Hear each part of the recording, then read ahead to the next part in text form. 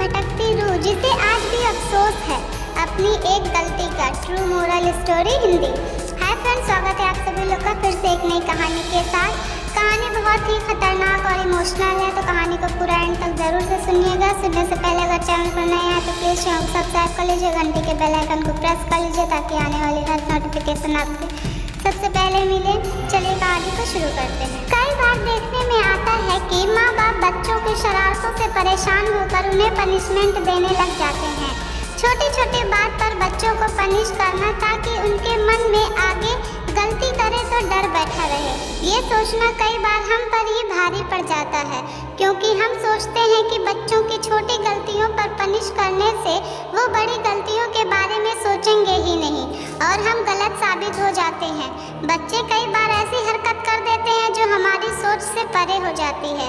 इसी को हम एक माँ की भटकती रूह की कहानी के माध्यम से जानने की कोशिश करेंगे। हम कई बार न्यूज़पेपर में पढ़ते हैं कि 10वीं में कम नंबर आने की वजह से स्टूडेंट ने आत्महत्या कर ली। माँ बाप डांटते थे, इस वजह से घर छोड़ दिया या उन्हें ही मार दिया। ऐसी खबरें पढ़ने के बाद हम भावनाओं में बह जाते हैं, लेकिन अपने आसपास हो रही उन्हीं घटनाओं को इग्नोर कर जाते हैं। आज की कहानी बहुत कुछ सिखा देने वाली है, इसलिए इस कहानी में हमें क्या सीखने को मिलता है ये निर्भर करता है कि आप इसे कैसे लेते हैं। खैर, कहानी के माध्यम से एक पॉजिटिव मोरल सीखने की कोशिश करें।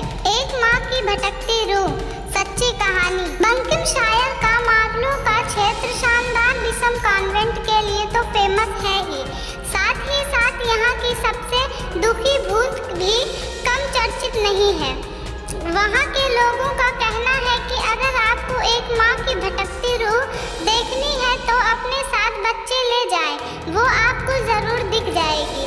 आज हम आपको बताने जा रहे हैं लक्ष्मीबाई के बारे में, जो वहाँ बेहद प्रसिद्ध है।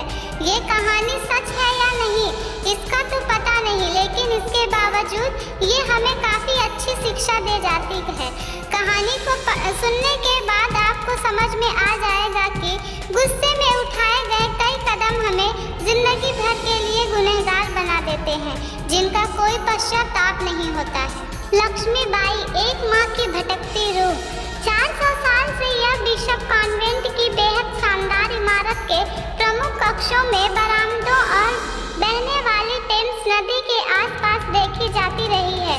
वह काले लिबास में आंसू बहाती, सुबकियां लेती तथा अपने साथ हवा में साथ साथ चलने वाले एक बर्तन में हाथ धोती हुई बेवजह चकराती भ्रमण करती है।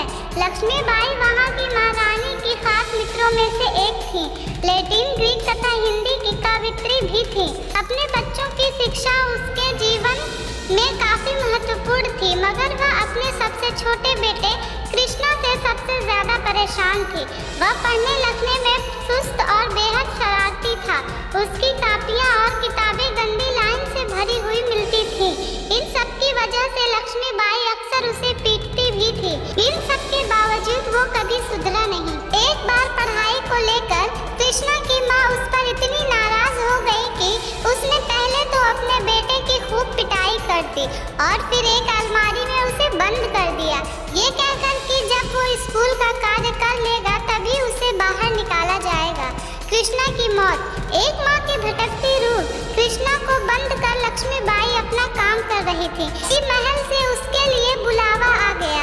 महल जाने की जल्दबाजी में वो नौकर को बताना ही भूल गई कि कृष्णा अलमारी में कैद था और उसे निकालना था। महारानी के पास से लौटने के बाद लक्ष्मीबाई ने कांपते हुए हाथों से जैसे ही अलमारी खोली, वही हुआ जिसका डर उसे परेशान किए जा रहा था।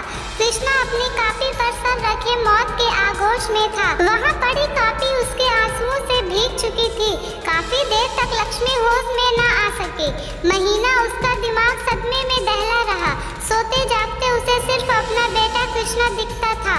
वह पागलों की तरह खुद को चोट पहुंचाती और बेहोश हो जाती। इन सब के बावजूद वो उस सदमे से ना उभर सकी। वो खुद को कभी माफ ना कर पाई। एक माँ की भटकती रूह। मोरल। ये कहानी काल्पनिक है या हकीकत पता नहीं, लेकिन हमें इससे सीखने वाली बात जरूर मिलती है। बहुत से माता पिता अपने बच्चों को पनिशमेंट देने के लिए इस तरह के कार्य करते हैं, जैसे जैसे उन्हें अंधेरे कमरे में बंद कर देना, घंटों भूखे रखना, अपने से दूर कर देना, हर संभव डरा कर रखना। ऐसा करने से उन्हें लगता है बच्चे उनके कंट्रोल में रहेंगे और शरारत नहीं करेंगे, लेकिन कभी कभी ये उनकी सबसे बड़ी भूल साबित हो जाती है।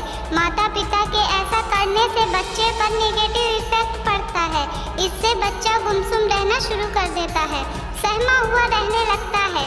कई केस में बच्चे नेगेटिव भी हो जाते हैं और कुछ में बच्चे सदमे की वजह से मर भी जाते हैं। बाद में पछतावा करना पड़े। इससे बचने के लिए जब बच्चे शरारतें करें तो उन्हें निम्न तरीकों से आप जिम्मेदारी का एहसास करवा सकते हैं। बच्चों को जिम्मेदार बनाने के टिप्स। बच्चे नहीं चाहते हैं कि उन पर कोई पाबंदी हो और आप उन्हें फ्री नहीं कर सकते, तो उन्हें जिम्मेदारी के साथ फ्री करें। शुरू में हो सकता है कि आपको इससे परेशानी हो, लेकिन जब उन्हें जिम्मेदारी का एहसास होगा तो वो खुद इसे समझेंगे और आपको परेशान होने का मौका नहीं देंगे। बच्चों को फिर चाहे वो बेटा हो या बेटी, घर के काम जरूर सिखाएं। इससे वो जब अकेले रहने लगे तो उन्हें परेशानी नहीं होगी और आपकी हेल्प भी हो जाएगी। बच्चों को कभी भी ये काम नहीं करना है, ना सिखाएं। अगर आप वाकई उन्हें किसी से दूर रखना चाहते हैं तो एक रोल मॉडल बढ़कर उन्हें उदाहरण पेश करें या फिर उससे होने वाले नुकसान बताएं। हम अक्सर देखते हैं कि बच्चे शरारतें ज़्यादा करते हैं। अगर आप उससे परेशान हैं तो उन्हें धमकाएं नहीं, बल्कि उन्हें ये समझाएं कि उनकी वजह से आपको कितनी तकलीफ हो रही है। अगर वो आपसे प्यार करते हैं तो फिर शरारत नहीं करेंगे। एक माँ की भटकती रूह। अंतिम शब्द कहानियाँ हमें अक्सर बहुत कुछ सिखा देती हैं। पुराने समय में बच्चों को कहानियों के माध्यम से मोरल संस्कार दिए जाते थे, जो आज ना के बराबर है। अगर भूत प्रेतों की डरावनी कहानियों की बात ना करें तो दादा दादी से सुनी कई कहानियाँ बच्चे में बहुत बड़ा परिवर्तन लाती थी। इसलिए एक माँ की भटकती रूह की कहानी के माध्यम से हमें बहुत कुछ सीखने को मिलता है। उम्मीद करते हैं कि आपको ये कहानी जरूर पसंद आई होगी और आप जान गए होंगे कि बच्चों की परवरिश पर किस तरह हमें फोकस होना पड़ता है। तो दोस्तों, तभी तो कहते हैं माँ से बढ़कर इस दुनिया में कुछ नहीं। माँ एक वरदान है जो अपने बच्चों के लिए कुछ भी कर सकती है। दोस्तों, हमें उम्मीद है कि ये कहानी आपको पसंद आई होगी।